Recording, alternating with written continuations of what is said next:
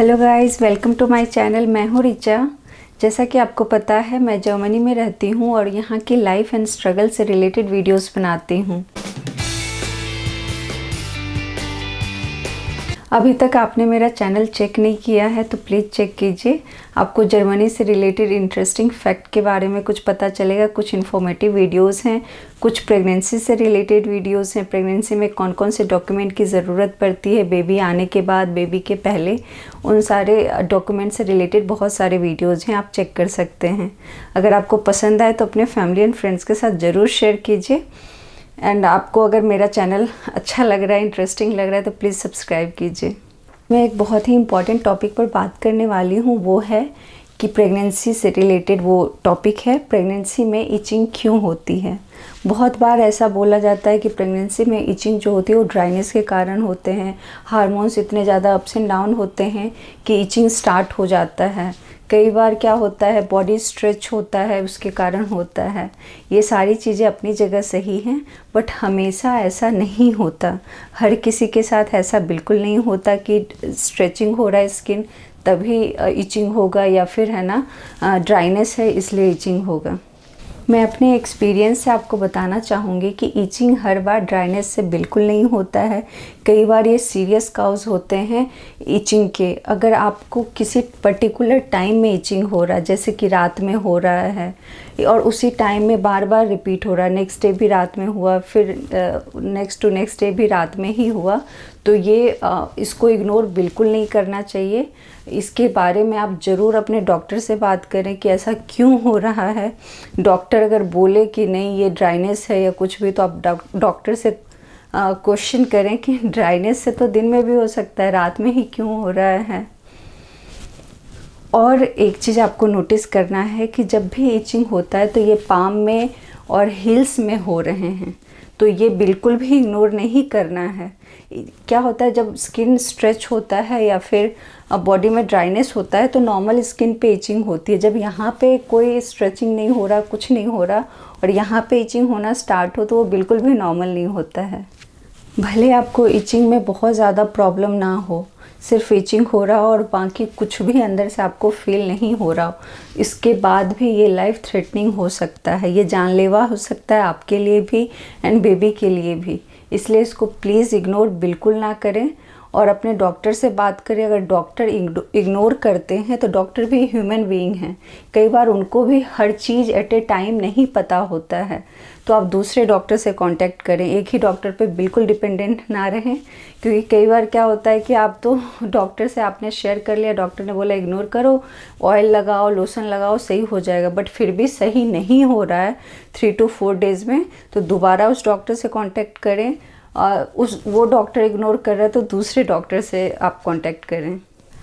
Initially मेरे साथ क्या हुआ, जब मुझे इचिंग स्टार्ट हुआ तो मैंने मिडवाइफ से पूछा, उसने भी बोला एलोवेरा लगाओ, दही लगाओ, सही हो जाएगा। फिर डॉक्टर को मैंने, गायनेकोलॉजिस्ट को बोला तो उसने भी यही चीज़ बोला, वार्म वाटर से बाथ लो, सही हो जाएगा, ऑयल अप्लाई करो। उसके लिए उसने ऑयल भी रिकमेंड किया था, मैं आपको दिखाने वाली हूँ। ये ऑलरेडी बायो ऑयल मैं लगा रही थी 4 to 5 टाइम्स। फिर मैंने ये वेलेदा का ऑयल भी अप्लाई किया 4 to 5 टाइम्स। उसके बाद मैं ये लेके आई, ये मेडिकेटेड है लोशन।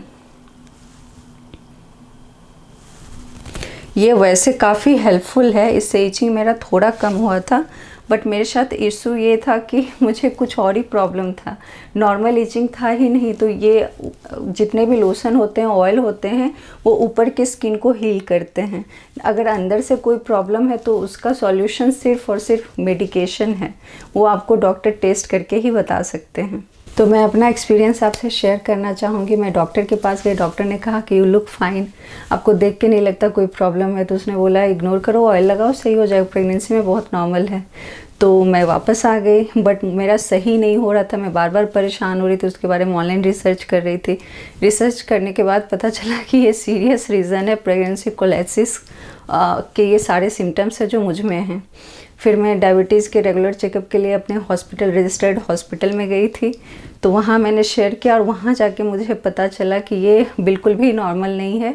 फिर सारे टेस्ट हुए मेरे, बहुत सारे ब्लड टेस्ट हुए, किडनी, लीवर, सबका रेडियोलॉजी हुआ, तो पता चला कि मेरा लीवर एंजाइम्स जो बिलो 35 होना चाहिए वो 729 था, जो कि बहुत ज़्यादा हाई था। उस कंडीशन में कुछ भी हो सकता था, बट टचवुड कुछ नहीं हुआ। मैं अच्छी थी, बेबी एक्टिव था, सही था उस टाइम, तो इसलिए मेरे साथ ऐसा कुछ नहीं हुआ। लेकिन ये सीरियस हो सकता था इग्नोर करने से। अगर मैं थोड़ा भी और इग्नोर करती तो बहुत बड़ी प्रॉब्लम हो सकती थी मेरे लिए भी और बेबी के लिए भी।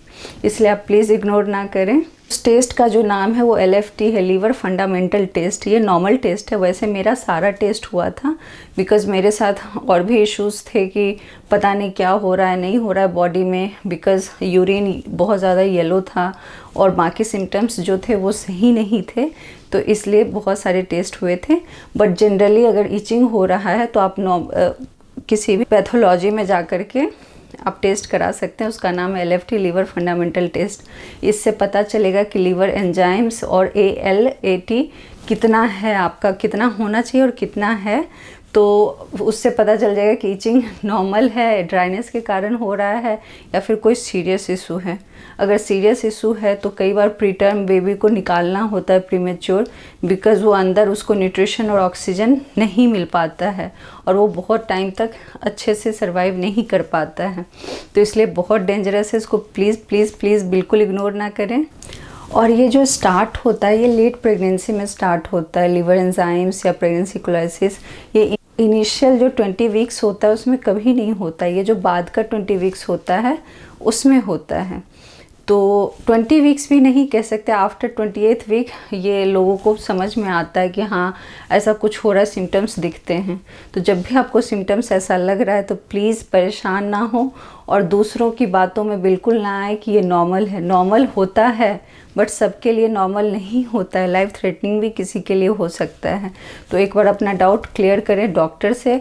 डॉक्टर इग्नोर करे तो दोबारा उससे कांटेक्ट करें। अगर सही नहीं हो रहा है तो, सही हो जाता है तो वेल एंड गुड है। फिर ये तो रही बात कि प्रेगनेंसी में इचिंग क्यों होती है उसके बारे में, और ये कितना सीरियस हो सकता है, कितना डेंजरस हो सकता है आपके लिए, उस पर ध्यान देना है। मैंने अपने एक्सपीरियंस से बताया, मुझे लगा कि आप लोगों को भी जानना चाहिए, क्योंकि मुझे सब ने एडवाइस दिया था कि ये बहुत नॉर्मल है, इग्नोर करो, एक बार बेबी हो जाएगा सब सही हो जाएगा। बट ऐसा बिल्कुल भी नहीं था। इवन मेरी गायनेकोलॉजिस्ट ने भी मुझे बोला था इग्नोर करो, बट ऐसा नहीं है। अगर मैं इग्नोर करती तो बहुत प्रॉब्लम हो जाती।